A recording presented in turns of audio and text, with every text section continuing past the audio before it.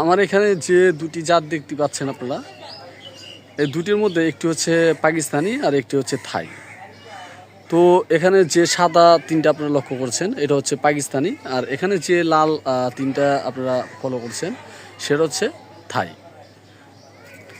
এই দেখুন এখানে প্রচুর পরিমাণে থাই গাছে ফল ধরেছে।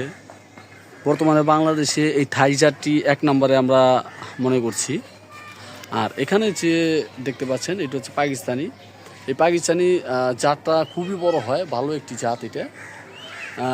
এর পাশাপাশি দেখুন এখানেও প্রায় তিনটি একসাথে দেখেছেন আপনারা।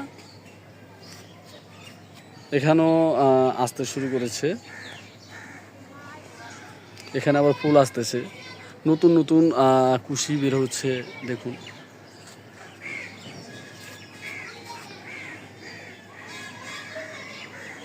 এটি হচ্ছে আরেকটি জাত দেখুন।